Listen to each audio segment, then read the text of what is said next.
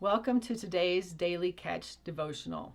Today we're going to take a look at Hagar in Genesis 16 and 21. Genesis 16, 1 through 16. Now Sarah, Abraham's wife, had borne him no children, and she had an Egyptian maidservant whose name was Hagar. So Sarai said to Abram, "See now, the Lord has restrained me from bearing children.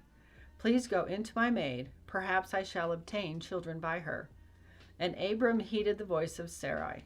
Then Sarai, Abram's wife, took Hagar, her maid, the Egyptian, and gave her to her husband Abram to be his wife, after Abram had dwelt 10 years in the land of Canaan.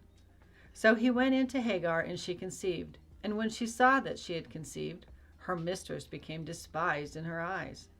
Then Sarai said to Abram, "My wrong be upon you. I gave my maid into your embrace. And when she saw that she had conceived, I became despised in her eyes. The Lord judge between you and me." So Abram said to Sarai, "Indeed, your maid is in your hands. Do to her as you please." And when Sarai dealt harshly with her, she fled from her presence. Now the angel of the Lord found her by a spring of water in the wilderness, by the spring on the way to Shur. And he said, "Hagar, Sarai's maid, where have you come from, and where are you going?" She said, "I am fleeing from the presence of my mistress Sarai." The angel of the Lord said to her, "Return to your mistress and submit yourself under her hand."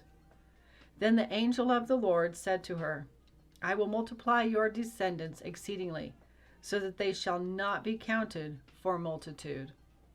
And the angel of the Lord said to her, "Behold, you are with child, and you shall soon bear a son. You shall call his name Ishmael, because the Lord has heard your affliction. He shall be a wild man. His hand shall be against every man, and every man's hand against him, and he shall dwell in the presence of all his brethren."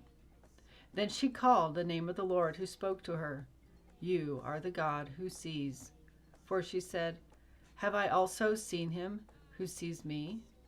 Therefore the well was called Beer Lahai Roi. Observe, it is between Kadesh and Bered. So Hagar bore Abram a son, and Abram named his son, whom Hagar bore, Ishmael. Abram was 86 years old when Hagar bore Ishmael to Abram. We see Hagar was an abused and mistreated slave who decided to run away from her problems. But God found her even in the wilderness. And when he spoke to her, she could have ignored it and continued running.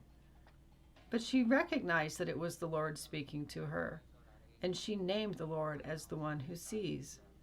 It is wise for us to recognize that God sees us and meets us wherever we are. Running away from our problems isn't the answer. But let's continue Hagar's story.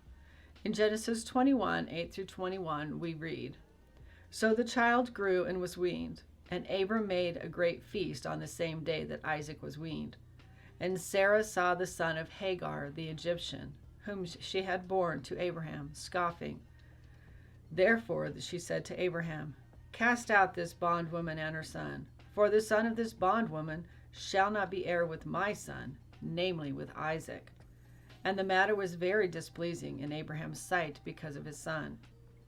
But God said to Abraham, 'Do not let it be displeasing in your sight because of the lad or because of your bondwoman. Whatever Sarah has said to you, listen to her voice. For in Isaac your seed shall be called.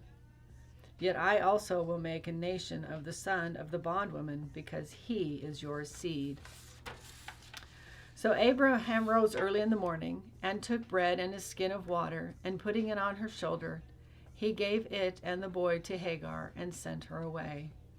Then she departed and wandered in the wilderness of Beersheba, and the water in the skin was used up. And she placed the boy under one of the shrubs. Then she went and sat down across from him at a distance of about a bow shot. For she said to herself, 'Let me not see the death of the boy.' So she sat opposite him and lifted her voice and wept. And God heard the voice of the lad. Then the angel of God called to Hagar out of heaven and said to her, 'What ails you, Hagar? Fear not, for God has heard the voice of the lad where he is. Arise, lift up the lad and hold him within your hand, for I will make him a great nation." Then God opened her eyes, and she saw a well of water. And she went and filled the skin with water and gave the lad a drink. So God was with the lad, and he grew and dwelt in the wilderness and became an archer. He dwelt in the wilderness of Paran, and his mother took a wife for him from the land of Egypt. So in both Genesis 16 and 21, God speaks to Hagar, and he speaks to her by name. And that's how God speaks to us. He speaks to us by name. He calls us by name. So if you're ever feeling like God's distant, God is not distant. He's right here. He's with us. And he speaks to us by name. He sees us and he hears us, right? In here, God says that he heard the lad's cries right from where he is. So God will find you wherever you are. You can run into the wilderness. You can run into the desert. You can run anywhere. But God's still right there with you, waiting for you to find him. So isn't it amazing that God sees us and hears us? And when was the last time you stopped to listen to what God was saying to you? Or how often do you know that God hears you when you are crying out to him? Don't we serve an amazing and wonderful God? Thank you for joining us, and have a blessed day.